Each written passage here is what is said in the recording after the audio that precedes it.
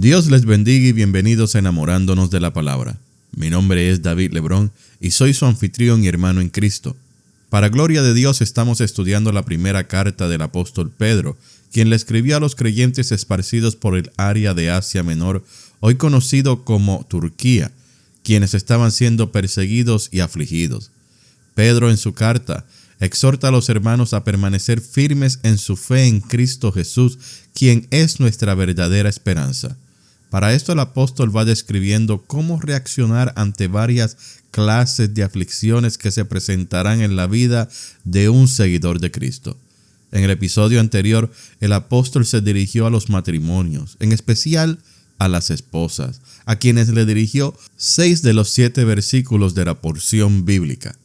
Pero el hecho de que la mayoría de los versículos hayan sido dirigidos a las esposas no quiere decir que en ese único versículo, el versículo 7, los esposos no hubiesen recibido una gran instrucción.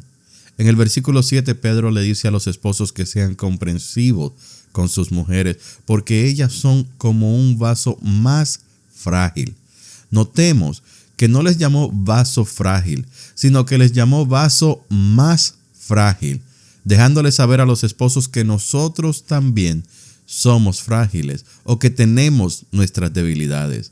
Esa fraseología es algo a considerar, no porque en nuestra sociedad machista muchas veces el hombre piensa que es mucho más superior que la mujer.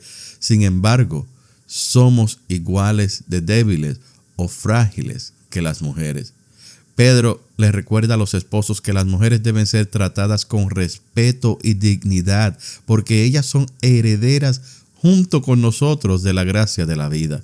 Cuando hacemos estas cosas agradables a Dios, entonces podemos arrodillarnos ante Dios a orar sin preocupación de si hay algo impidiendo que nuestras oraciones lleguen ante Dios.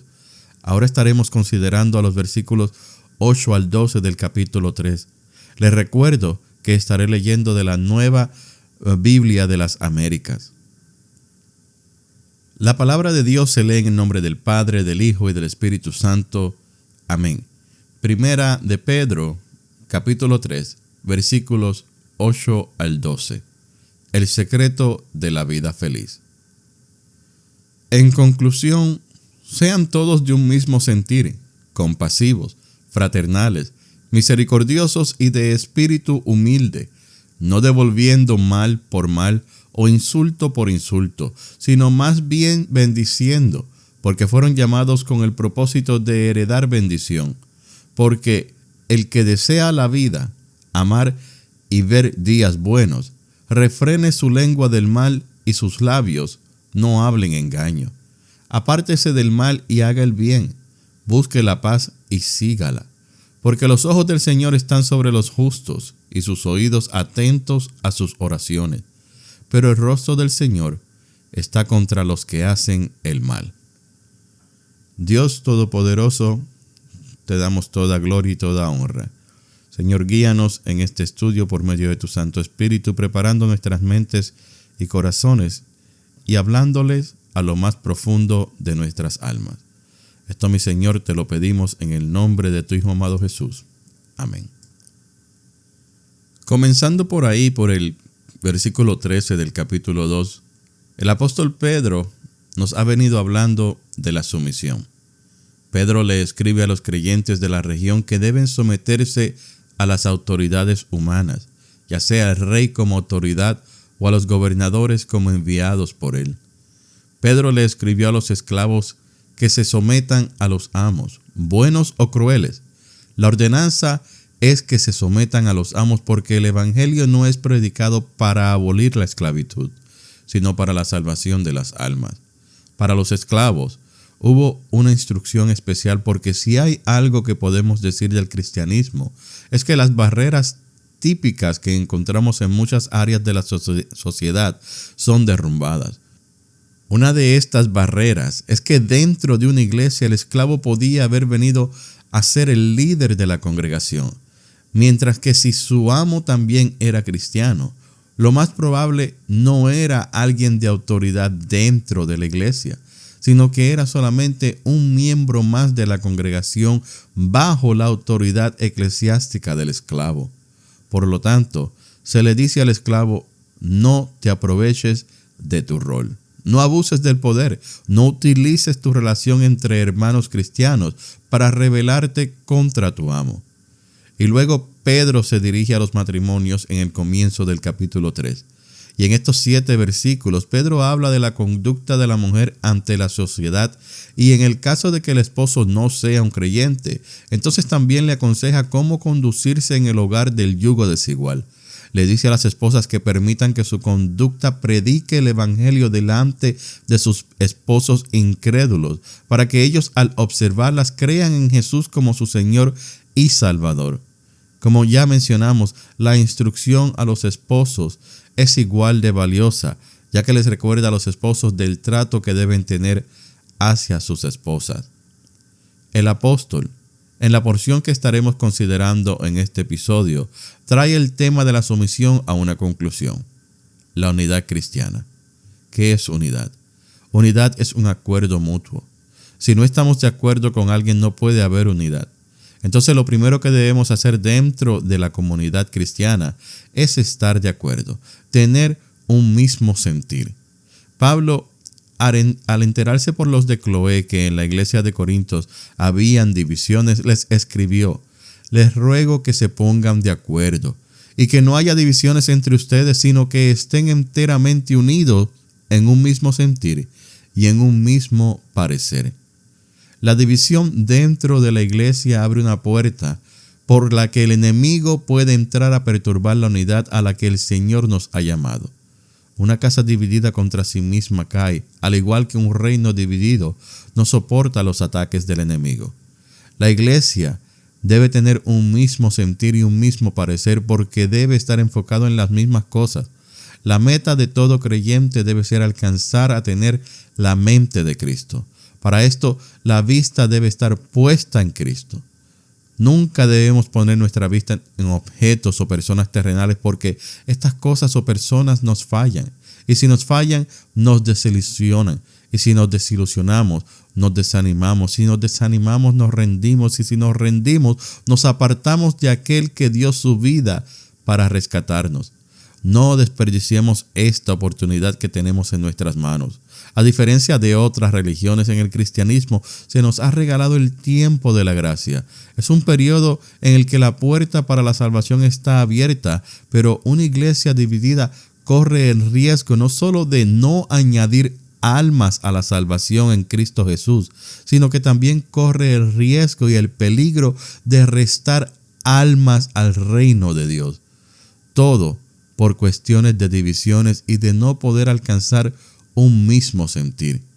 El apóstol, como dijimos, estaba tratando con grupos o situaciones específicas, pero ahora le habla a la comunidad cristiana en general y les describe cómo deben estar unidos con 5 palabras griegas que son de un mismo sentir: compasivos, fraternales, misericordiosos y de un espíritu humilde.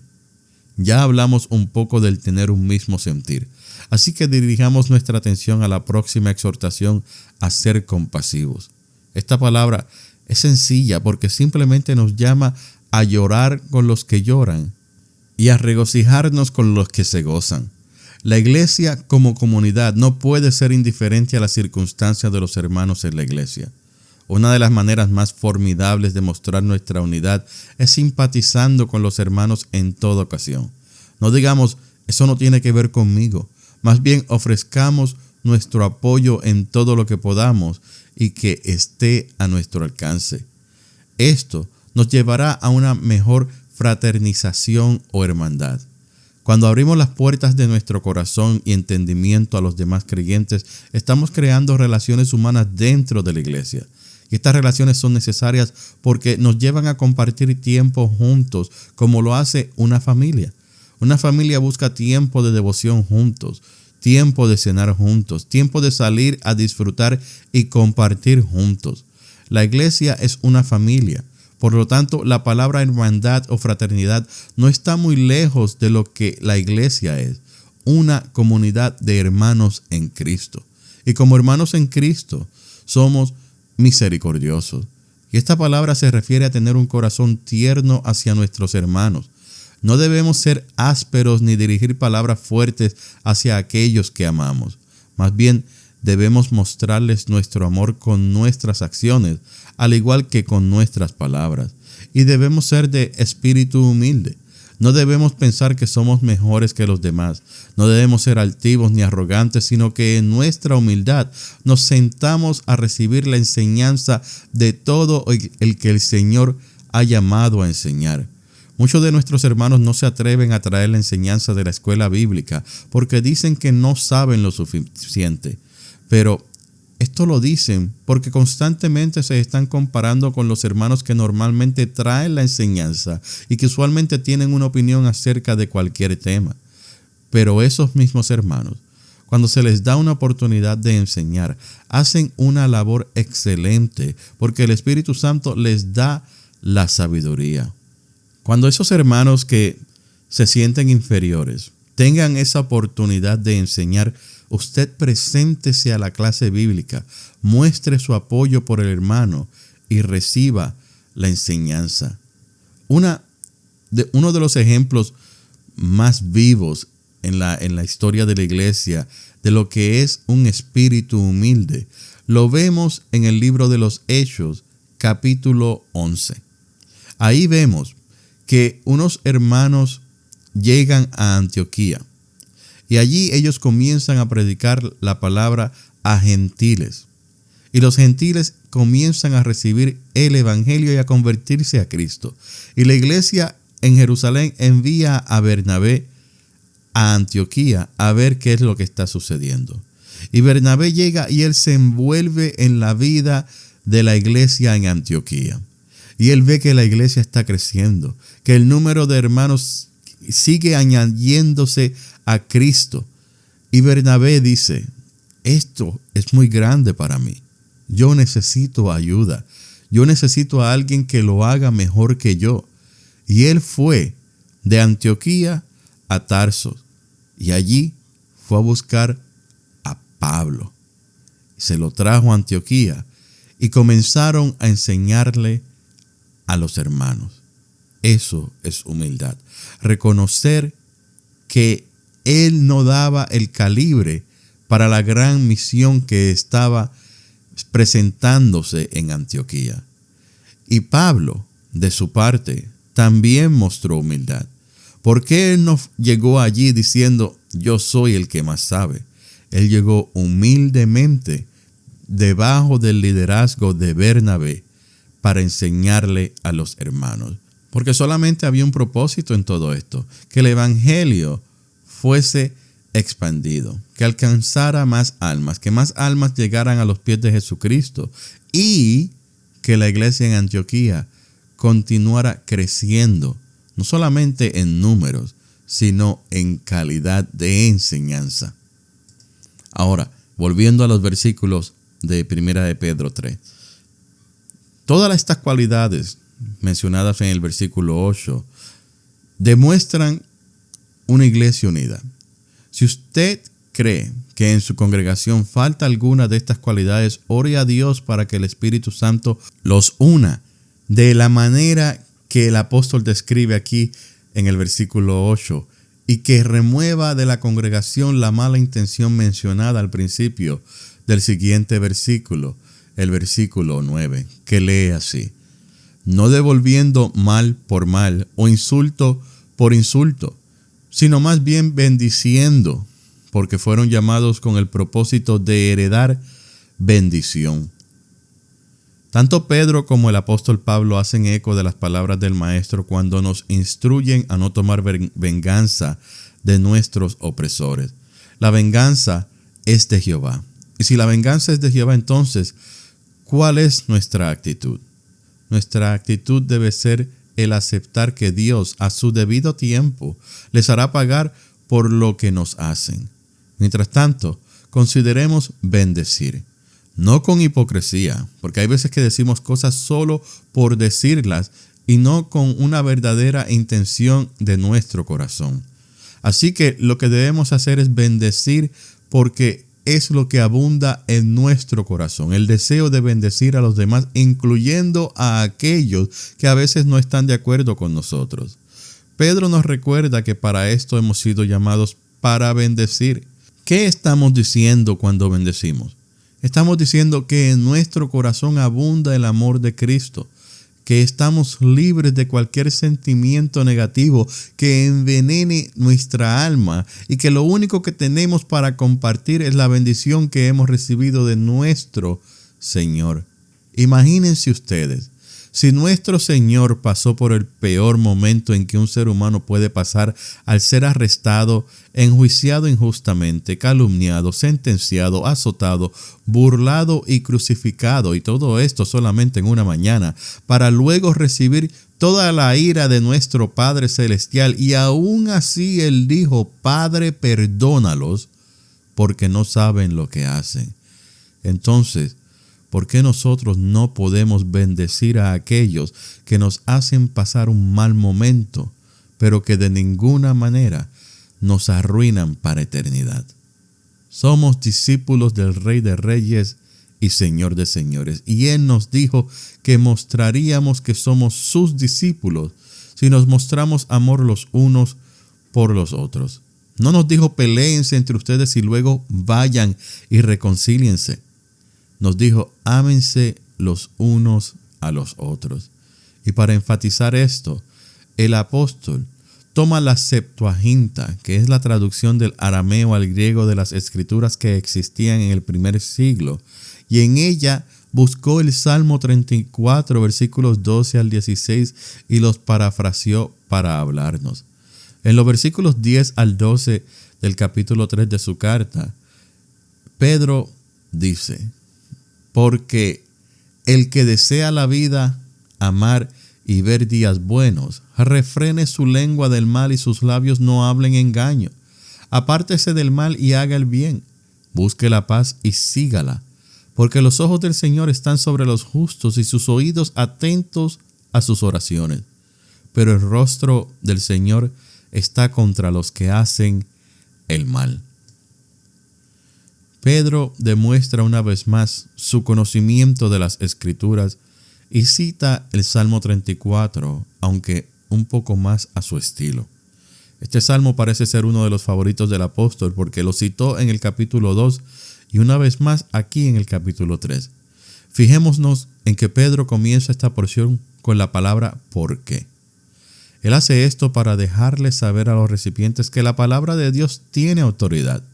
Pedro no escribe su carta totalmente desde un punto de vista humano, sino que utiliza las Escrituras para dejarnos saber que lo que él está diciendo, lo que él está escribiendo, está siendo respaldado por el Espíritu Santo, quien anteriormente, mucho tiempo atrás, habló por medio de hombres inspirados por el mismo Espíritu, quienes dejaron un registro de sus palabras para un entendimiento futuro.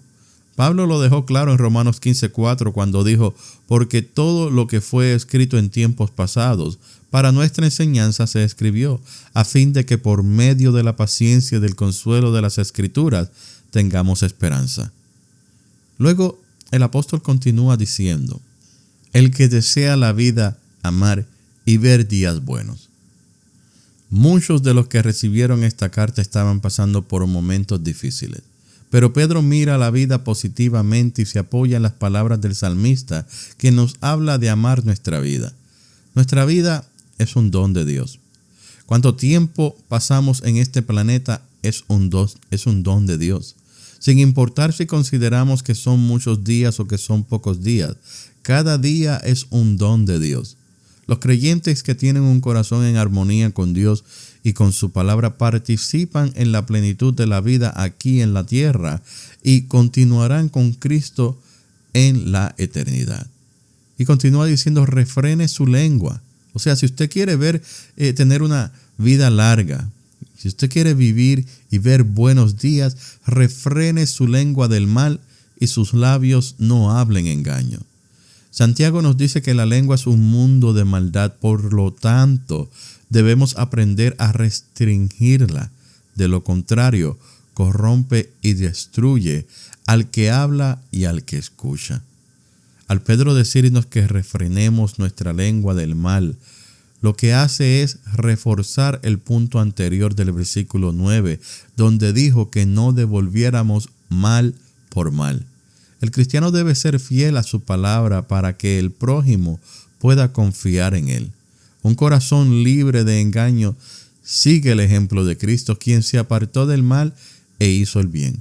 Jesús nunca hizo algo bueno que pareciera malo, y de igual manera nosotros, como imitadores de Cristo, debemos evitar la apariencia del mal, no solo de palabras, sino también de hechos. Pablo en 1 Tesalonicenses nos dice que nos abstengamos de toda clase de mal. Y esto significa que debemos hacer un esfuerzo para apartarnos del mal y hacer lo que es bueno. Ahora pregunto, ¿quién vive con más tranquilidad? ¿El que hace el bien o el que hace el mal? David y Pedro animan a los creyentes a buscar la paz. La paz debe ser buscada constantemente, estando libre de luchas y discordias. Jesús dijo: bienaventurados los pacificadores, porque serán llamados hijos de Dios. Esta es solo una de las muchas exhortaciones que encontramos en el Nuevo Testamento a vivir en paz con todos los hombres.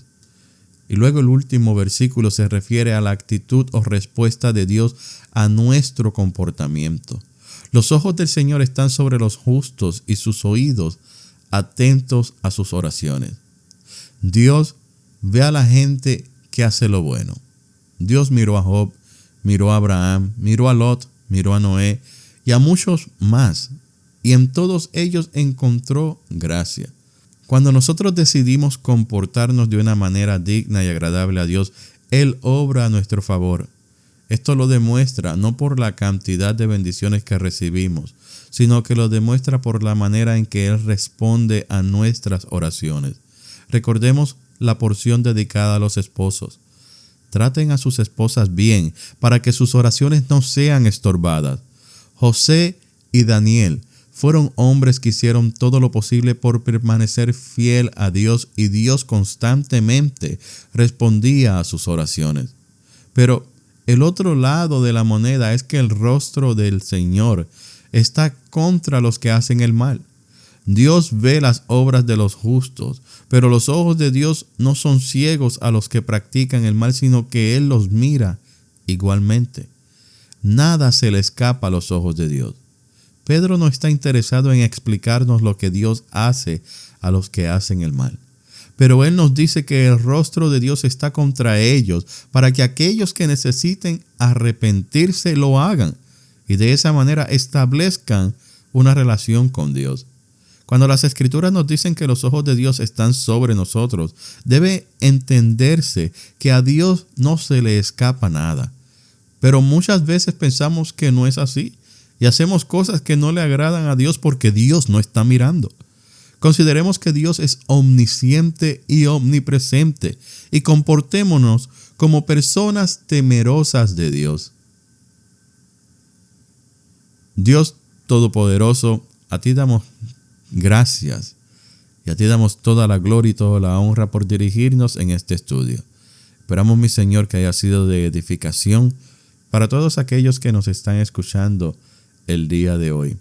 Mi Señor, bendice a cada uno de los oyentes de Enamorándonos de la Palabra, y continúa, mi Señor, añadiendo oídos que estén ansiosos por escuchar tu palabra, porque estén ansiosos por recibir tu enseñanza, y que estén ansiosos, mi Señor, por conocerte.